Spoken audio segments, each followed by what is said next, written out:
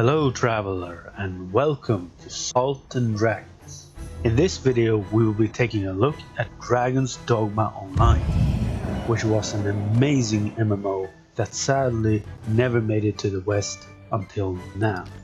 Thanks to the talented developer team of the Worm Hunt and the White Dragon Temple Discord server, we now have a playable version of the spiritual successor to Dragon's Dogma Dark Arisen. It is important to notice that the server is still very basic and you can't do all that much yet, but is still somewhat playable and the team is making great progress.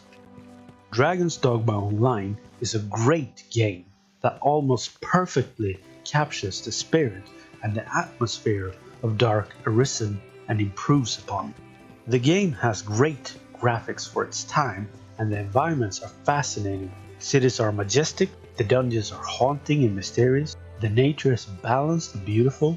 It feels nostalgic. It's almost as if I'm homesick for a life that I never lived. Oh, and there's also a moon, and it's freaking huge. There's not much gameplay to experience yet, but I had a great experience with that which exists so far. As for now, if you don't manually change your class, you can only play as a shield sage, which is a defense and support class with a rather interesting set of abilities.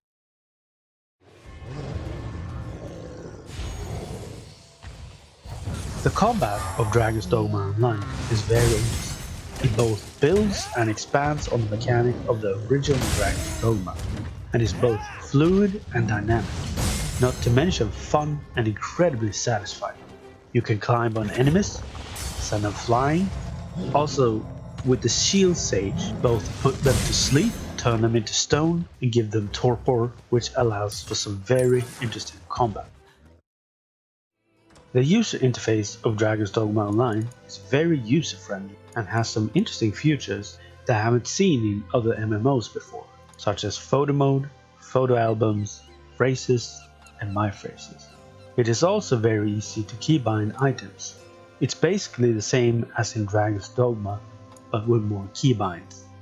There are only a limited amount of items in the game right now, but I am sure that the team will be able to add more over time. Fast travel. Dragon's Dogma Online has definitely expanded upon the original fast travel system and improved upon it immensely. There is a large rift pillar in the middle of the city called the Dragon's Keystone, which you can use to teleport to both port crystals, which I suspect are permanent locations, and sub-port crystals, which I suspect are the same as the port crystals of Dark Arisen. It also seems like you can teleport from almost any location except for dungeons and when you are in combat. So far, there are very few enemies in the pre-built server of Dragon's Dogma Online. I have encountered the standard goblin, skeletons, saurians, large killer beasts, and the cyclops. All of the enemies except the cyclops were very low level and will be one shot if you attack them.